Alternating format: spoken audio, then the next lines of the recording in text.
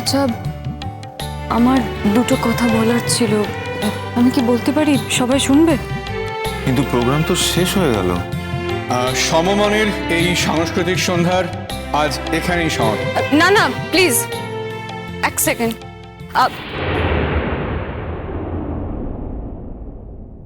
Please আপনারা দয়া করে প্লিজ চলে যাবেন না। আমার দুটো কথা শুনে যান। আমার নাম চড়ুই। এই যে আমার বৌমনি একটু আগে বলল না, লালনের একটা অ্যাক্সিডেন্টে স্মৃতি হারিয়ে গেছিল।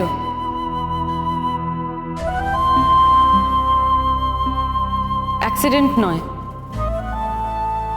লালনকে মেরে ফেলার চেষ্টা করা হয়েছিল।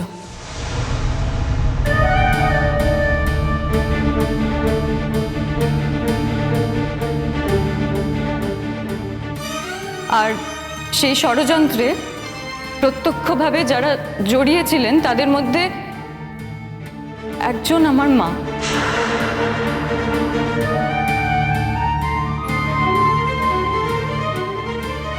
আরো একজন ছিলেন, আর ছিলাম আমি নিজে।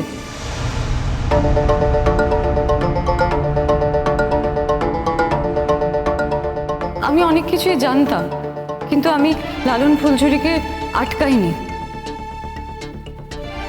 আসলে আমার লালনের ওপর একটা ক্রাশ ছিল। ক্রাশ বলা ভুল হবে, ভালোবাসতাম।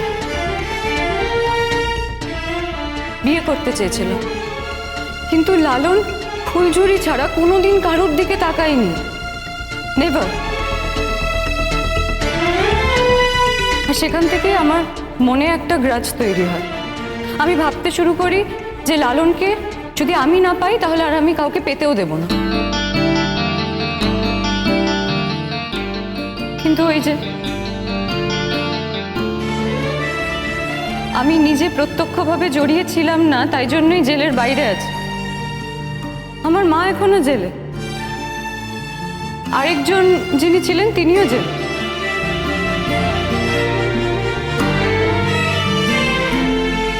আপনাদের সবাইকে আমি একটা কথা বলার জন্যই এখানে এসে দাঁড়িয়েছি। একদিন আমি ওদের সুখে বাধা দিচ্ছিলাম, আজ বাধা দিচ্ছে তিতির।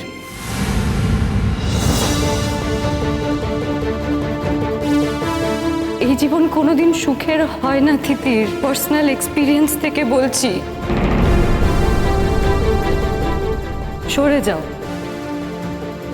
লালন আর ফুলঝুরির মাঝে কোনোদিন কেউ টিকতে পারেনি, কেউ টিকতে পারবেও না। ওরা এই পৃথিবীতে একে অপরের জন্যই এসেছে, বুঝেছো?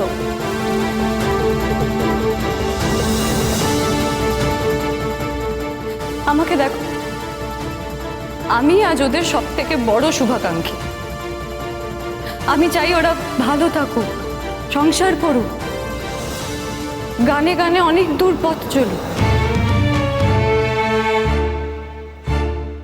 তিতির, ওদের একসঙ্গে থাকতে দাও। ওদেরকে প্লিজ তুমি একটু খোলা মনে দেখো না, চেষ্টা করো, দেখবে ভাল লাগবে। এটাই ভাবো যে তুমি এরম একটা মানুষকে কাছ থেকে চিনেছো, যে নিজের গানের প্রতিভায় আজ পুরো দুনিয়া কাঁপাচ্ছে। এটা ভাবো, এটা তো যথেষ্ট।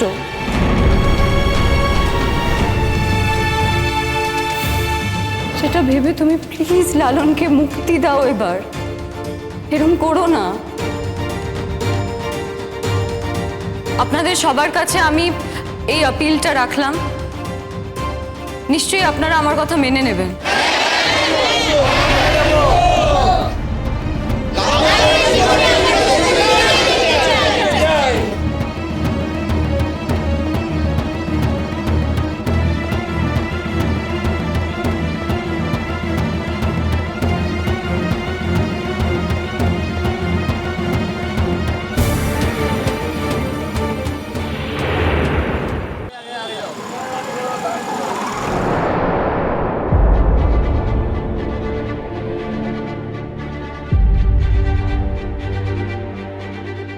দাঁড়িয়ে আছো কেন? বাড়ি চলো। যাবো বাপি, একবার গুগলের সঙ্গে কথা বলে আসি। আর কারোর সঙ্গে তোমার কথা বলতে হবে না, বাড়ি চলো। বাপি চল বলকে তাড়াতাড়ি চল। মাম্মি এই দেখো তোমার লালন আর ফুলঝুরি। হাতটা ধর, হাতটা ছাড়বি না একদম কখনো। খুশি তো তুমি?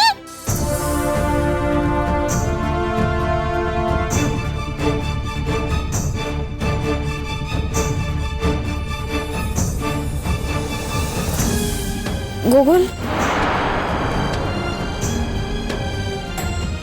তোমাকে আমাদের সঙ্গে একটু বাড়িতে যেতে হবে।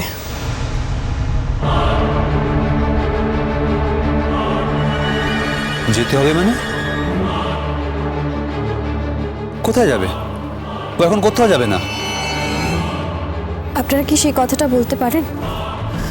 হিসেব মতো ও আমার স্বামী। তোমার স্বামী ছিল গোগল, আমি সেই গোগল নই, আমি লালন। আর আমি যখন সেই গোগল নই এবং গোগল বলে এই পৃথিবীতে কেউই নেই, তখন তোমার স্বামী হওয়ার কথাটা কিন্তু থোপে টেকে না। তিতির, তুমি একটু বোঝার চেষ্টা করো। আজ এতদিন পর মেয়েটা তার স্বামীকে ফিরে পেয়েছে, তুমি তুমি এভাবে বাধা দিও না। এভাবে কাউকে ফিরে পাওয়া যায় না, আইন দিয়ে ছাড়াতে হয়।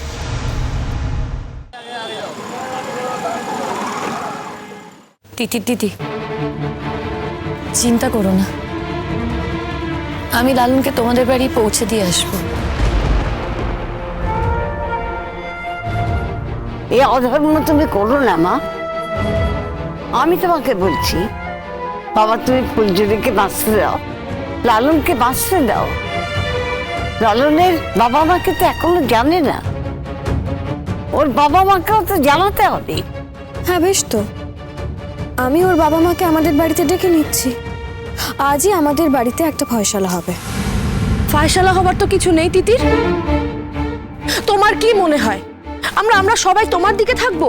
না না, আমি তো সেটা একদমই মনে করছি না, কিন্তু ওর বাবা মায়ের যেমন একটা মতামতের মূল্য আছে, তেমনই তো আমার বাবা মায়েরও একটা মতামতের মূল্য। তিতির ভুল কথা বলছো। তোমার বিষয়ে ইদানিংকালে আমি আর কোনো মতামত দেব না, ঠিক করেছি। আজকে একটা আনন্দের দিন, দেখছো লালনের সবটা মনে পড়ে গেছে, ও ফুলঝুরিকে চিনে গেছে, ও এখন স্বামী স্ত্রী। তুমি আর এটার মধ্যে থেকো না, বারবার বলছি তুমি বেরিয়ে এসো, ওকে মুক্তি দাও। আজকে লালনের সবটা মনে পড়ে গেছে। ডাক্তার হিসেবে বহুদিন ধরে এই স্বপ্নটা আমি দেখছিলাম, এই লড়াইটা আমি করছিলাম। আজকে এই লড়াইটা আমি জিতলাম অবশেষে, কিন্তু আমি আনন্দই করতে পারছি না শুধুমাত্র তোমার জন্য, জানো তো, তোমার এই নির্বোধের মতো কাজকর্মগুলোর জন্য।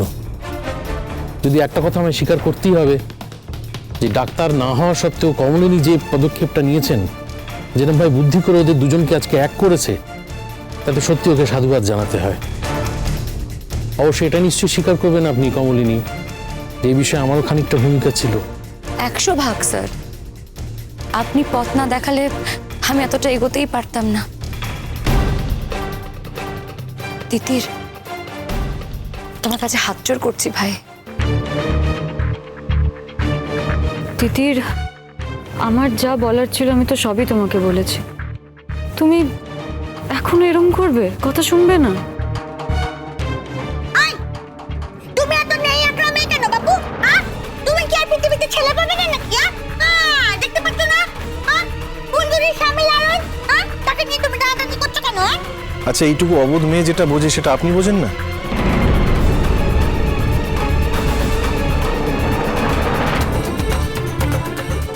আপনি এইভাবে সুখী থাকতে পারবেন? লালনকে না হয় জোর করে আপনি আটকে রাখলেন, কিন্তু ওর মনটা সেটা তো কোনোদিনও পাবেন না। সরি, আমি না এতজনের অ্যাডভাইস নিতে পারছি না, প্লিজ।